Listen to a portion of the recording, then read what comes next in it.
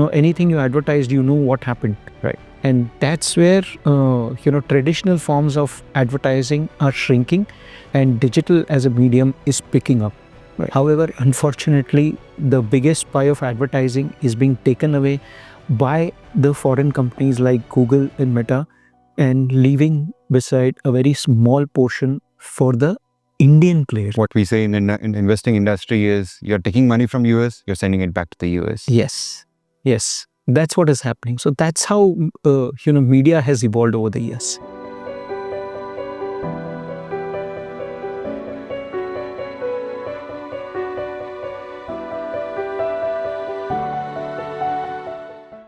Hello and welcome to the IMA podcast. I'm your host, C. Aditya Jain, founder at Katrira Ventures, a management consultancy and investment banking firm.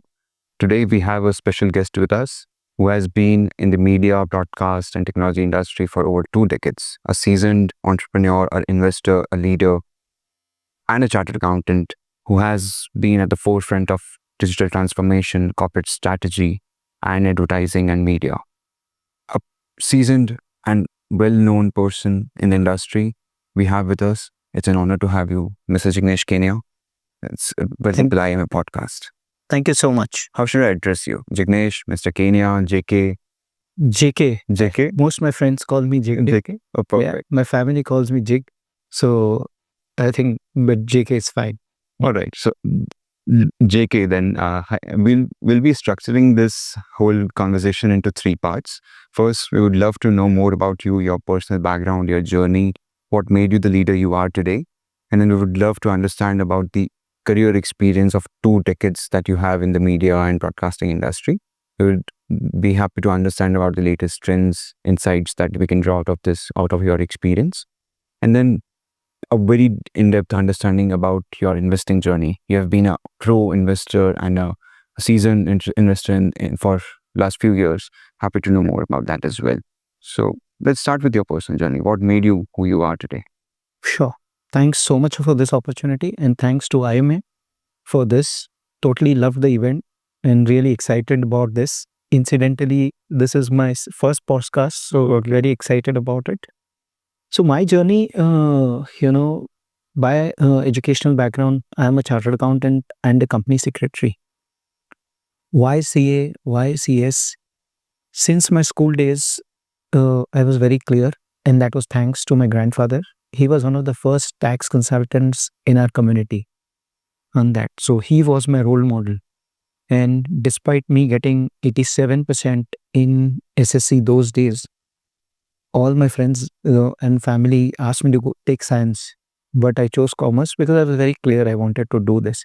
And that's what I did. Post completing my CA, I wanted to get into practice on there. Did a couple of years stint with a small sized firm, but realized that it wasn't as exciting as I thought, and hence joined KPMG in 2001, and that was in Muscat. Those days, getting into a Big Four was a big challenge on there. And very interesting, with a Big Four, typically either you are in audit, tax or consulting. Because it was a smaller practice in Muscat, it was a tax vertical. But along with that, we used to advise international companies who came to Muscat for their structuring and also manage their audit for the first couple of years, because it was primarily from a tax perspective. So I was lucky enough to get a all-round exposure in a Big Four. So that was it, key learnings, from there, where how to scale. Processes are very strong, plus lot of global expertise, which helps you, in your role within the country. So that was a 4-year stint, and then the country was calling. So came back to India and, joined UTV. Those days, media was pretty unstructured and, primarily run by promoters. But UTV was one of the first companies which was organizational setup. Like UTV was the first studio model in the country for movie production. We launched the first kids TV channel which had live programming of 3 hours. We were the first TV channel to have youth channels. So again, it was a great decade where I started with UTV pre-IPO and saw through the entire journey to sale to Disney. Handled multiple M&As during that time, listing on the domestic stock exchange plus AIM stock exchange, and then delisting, selling it to Disney finally on that. So great experience with UTV. And post that, one more decade with Times Network, looking after corporate strategy, technology, pricing, and channel operations. So basically wanted to look at media's from a 60,000 feet view, and hence moved out of finance to look after corporate strategy. Have launched about 15 TV channels and 6 digital platforms during these 2 decades. Amazing. Very amazing. Stellar record of professional career, I would say. You mentioned very correctly the 60,000 feet view of finance and then of the business and then diving into the corporate strategy. Has that been your persona, to be in the action rather than sitting and watching it from the sidelines? Yeah, see, finance, gives you an entire view of the organization on that. So it is into the action, but there are so many compliances on a monthly basis, quarterly basis, annual basis. You don't tend to come out of it and look at business from a different angle. From a timing perspective, I would say, not from an interest perspective.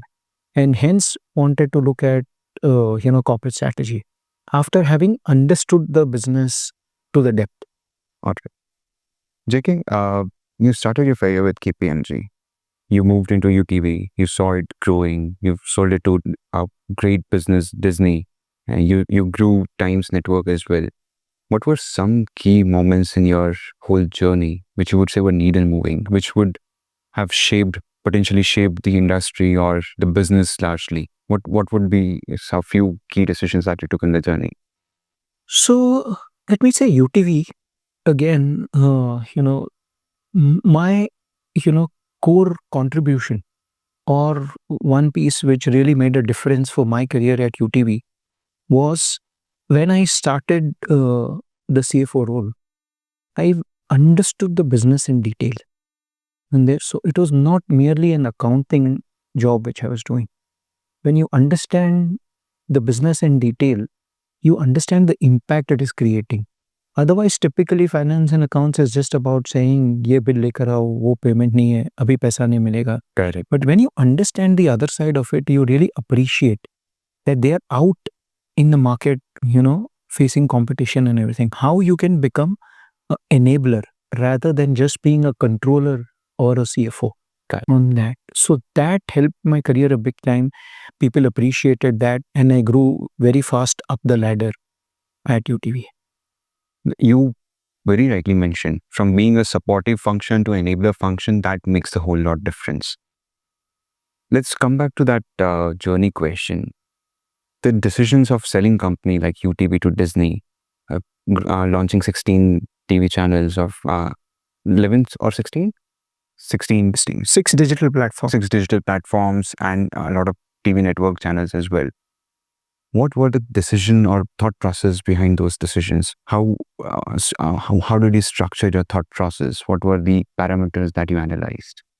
Sure. See, TV at that point of time had the biggest market share. Even today, TV and digital are equal, but at that point of time, TV was more than 50% contributing to the overall M&D pie. So at UTV, the thought process was very different. We wanted to be the first in whatever we did. So we launched Hangama TV, which was the first kids channel with live programming. Previously, Cartoon Network, Nick, Disney were all animation-based content.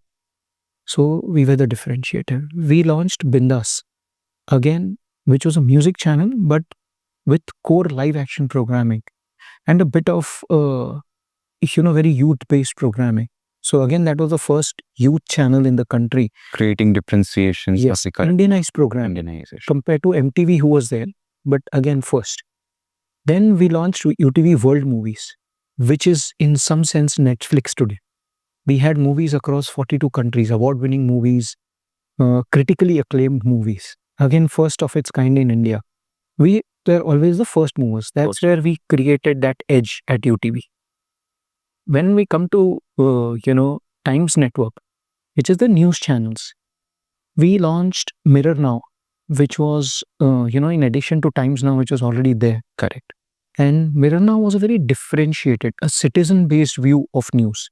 Okay. Whilst all the other TV channels, existing TV channels, took a political view, we took a citizen-based view on news. Ne. Then, when English market was shrinking because it was moving to digital, we expanded the bouquet to Times Now, Navbharat, because we realized that Hindi is still watching TV, English is moving to digital, and hence. So this was more from a losing market share genre to a growing market share channel. So that's what corporate strategy allows you, how to de-risk, Right. how to grow and de-risk the business model. Amazing. I would love to dive deep into this industry experience that you have. I want to understand more about this dynamics of this industry, and especially the media and advertising industry has changed a lot post-COVID. In fact, in the period where the money was free flowing, businesses were spending left and right on advertisement. There was not much ROI consciousness. That landscape completely changed or largely changed over the last few years. Businesses have become very aware of the ROI, very aware of the marketing spends. They're looking for the biggest bang out of the buck. What has changed? How has it changed the media industry, the broadcasting industry? Very good point, actually. And this is true, what you said. See, there has been evolution of media. If you see from earlier days, print, then it went to radio, then television. So earlier was just a text medium. Yes. Then it moved to an audio medium. And then it was an audio-visual medium, which is television on there. And that is one of the biggest breakthroughs in media and entertainment. But there were no efficient, large-scale measurement tools for media. Right. So whilst earlier it was TAM and now BARC for media measurement, but it's extrapolated, taking into consideration a smaller set of consumers. Sorry to interrupt you. For the sake of simplicity of the audience, what is TAM? What is BARC? TAM is an international company for Nielsen company for measurement of viewership. TRPs, which is the ratings. Ratings. And BARC is Broadcast Audience Research Council, where broadcasters and advertisers came together and said, we will have our own metrics for ratings measurement. Okay. One there. But still, it's a small sample of, 30,000 or 60,000 people who are deciding the fate of a 30,000 crore industry. True. Yeah. So, whilst at that point of time, it was the best measurement available. But when digital came through, which is the next, and it was available on your mobile compared to television, which was coming through, satellite and anything, that changed the landscape. And plus the measurement, Trackable. trackable. Measurement was up to the individual level. True. And that's what was a significant shift. And advertisers post-COVID, as you rightly mentioned, because of the measurement capability of digital, is where digital picked up significantly. And if, as we call it, performance marketing. Very true. And platforms like Google, Meta, they had very advanced measurement metrics. Analytics, that's the Analytics, dashboards, everything, real-time performance, anything you advertised, what happened. Right. And that's where, traditional forms of advertising are shrinking and digital as a medium is picking up. Right. However, unfortunately, the biggest pie of advertising is being taken away by the foreign companies like Google and Meta, and leaving beside a very small portion for the Indian players. What we say in investing industry is you're taking money from US, you're sending it back to the US. Yes. That's what is happening. So that's how, media has evolved over the years. Now, AI as the industry, AI has specifically disrupted the advertising industry a lot. The jobs in this industry are definitely affected, but the pattern of the advertisement, the pattern of content creation, that has also evolved. How do you see this technology disrupting this sector, especially the broadcasting sector? Because broadcasting has taken the brunt of the digital marketing getting a heavier weightage over other media form. Now again, the AI, which is already giving a weight on digital marketing, how would it hit the broadcasting? So before I touch that point, one small statement about AI. AI, people say, will take away jobs. Yes. What I would say is AI will not take away jobs, but jobs will be taken by people who know AI. Correctly said. Very rightly said. But yeah, I mean, on the tools front, today we had built, at Times Network, the entire chain of content, right? From content sourcing, from social media, from various websites, to content creation, or curation, depending upon what's trending in social media. Then content writing or content delivery, Okay. and content publishing.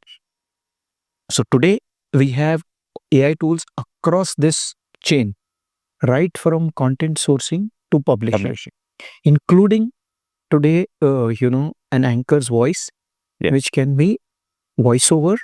All AVs That- today were AI made. Yes, yes. So, I mean, last weekend I did a AI course of 2 days, Saturday, Sunday, where we saw an ad of an international, mobility company being created in 3 hours. ICI AI course? No, it's was an external course, but they showed us. So it was a hands-on experience. But yes, AI can, source content, curate content, be it voiceovers, video, images, and create the film and publish it as well. Yes. So yeah, It's gonna and disrupt it's the going to disrupt the market. Plus, definitely, it's going to impact jobs on there. But people have to learn AI so that they can adapt it and have that job. Perfect. Now that we have understood about the industry a bit, I have a lot of questions, but we have some time bandwidth to catch up on. But the industry, it is changing as we discussed. Yes. The industry has evolved over the periods. Now, what are the latest trends you're seeing in industry? Let's say, for example, a student or an aspiring entrepreneur of 25 years has to start a business in this industry. What are the factors they should consider, or he or she should consider? What's niche they should pick up so that they are excelling in that industry or in that business? So see, social media influencers is a big trend on media. Okay. Advertising, traditional advertising mediums like print, radio, TV are declining in size, which they should bear. Right. And hence, the natural choice should be digital. Now, within digital, what they are looking at, one is, of course, digital news publishing. Then there is entertainment content, which happens on platforms like, Z5, Sony Live, Netflix, or Amazon. So these are, or Spotify, it's music content. So these are the platforms which they should look at on this when they're looking at, but digital. They should start with digital on the, okay. Or social media. That is what they should look at. And plus, everything will be impacted by AI. Right. So along with whether they are a content writer or a content editor or a creative producer, they should know how AI can better their job. So it will be a dual learning. Right. Amazing. Now, before we move to the next section of you wearing the investor hat, I mean, you have been wearing the investor hat for the last few years and you have invested in over 100 startups, if I'm not wrong. Yes. That must have given you a tremendous or deep experience into the investing. But I want to understand before that, are you an avid reader? Yes. You read well? You read a lot? Not read a lot, but very quickly. Very quickly. Not in deep, but at least you got to know a lot of things. What's your favorite genre? Favorite genre is, of course, tech. Okay. Because tech is impacting a lot. So what kind of tech is impacting? What are the use cases of tech? That's because, What's the latest tech topic you're reading about? DeepSeek. DeepSeek. And Okay. its impact. So how is it going to be? Because now, earlier it was ChatGPT, then NVIDIA and everything. And then DeepSeek suddenly came and it's impacting. So because you're in the startup world, you have to understand how AI is impacting the models. And hence you have to know what are the limitations and what are the strengths of these tech. Right. Amazing. So even I love to read about the technology, and we see these changes happening on a as fast as basis as they could happen. So we have to always play a catch-up game with the technology. Now, understanding about your investment journey, you run a firm called you run a firm called Signal Ventures that's into startup funding. You run a investment network with that name. So, what is the philosophy that goes behind investing? What do you see in the founders in the business that drives the decision of investing in those businesses? Sure. See, I have been investing for the past 8 years on there. So it happened accidentally when I was launching the digital platforms for Times Network. Is when I ventured into the ecosystem to understand more about. I had no clue what was UI, UX, engineering, and to learn more about it, I ventured. But that became a passion purely for the simple reason that these tiny startups or small ideas were disrupting their own industries, and tomorrow they're going to be huge. But at the same time, they are not experienced enough in terms of execution scale. And that is where I believe operators or professionals having years of experience, how they can come in and create an impact, help them avoiding failures which we have faced in the past. And that's the whole essence of angel investing. So, you rightly mentioned that these startups need a lot of mentoring, a lot of advice, a lot of consultation. And you've been investing in early stage startups. What are the key problems that you feel founders face between 0 to 1 journey? What are the factors or what are the parameters where they need good support and we can build an ecosystem around that? I think one is governance and processes. They are so much involved in their day to day activities and building tech and building businesses that they tend to keep aside these aspects, which are equally important. Plus, on the sales side, a lot of connects which we have established over the years can help them. Plus, on the sourcing side, similar connects can happen. On the funding side, because so these are areas where we can help them on there. Coming back to the earlier question, you asked about what do you look at when you evaluate a startup. Right. I mean, first and foremost is the business model. Is the business model me too, or it's a very unique idea? It's okay, even if it's a me too. But if it's a me too, then what is their right to win? How are they poised to do a better job compared to the existing models or their peers or their competitor? Right. And that's important to be seen. So largely, first you look at the business model or the idea. Second is the founding team who's going to execute that idea. Do they have a deeper understanding or they have just picked up a trending topic and want to do something? Right. Have they done enough research? Have they reached out to multiple stakeholders in that business model to really understand it from the problem statement, execution, monetization, service perspective, and then come to, this thought process of launching? Then it's about what is their vision, because ideas keep pivoting, because environment keeps changing. Do they have the capability to adapt? Are they coachable? Right. Do they have the sales skill? Because raising funds is also selling your idea. Absolutely. On there. So a lot of aspects which we look into a founder on there. Plus, what is their right to win? Very important, right? That's to win the most important. Yes. Yeah, because at least today, what is their right to win? Tomorrow it can change. But why are they best poised to make a difference in this space? Plus, what's happening? How is that genre, that segment, is it trending? Is funding happening? Because ultimately they will have to raise around 2, 3, 4, 5, and 10 on that. But is the surrounding amicable? Is the surrounding willing to consider that theme? So these are the few aspects, which we consider. In fact, these aspects, a lot of businesses, they start out of an idea which is a passionate idea for a founder, but they don't understand the difference between a passion project and a business. And I believe you've rightly mentioned all the factors. If you evaluate them correctly, you will know if that is a business or that's a passionate project. Bang on. Bang on.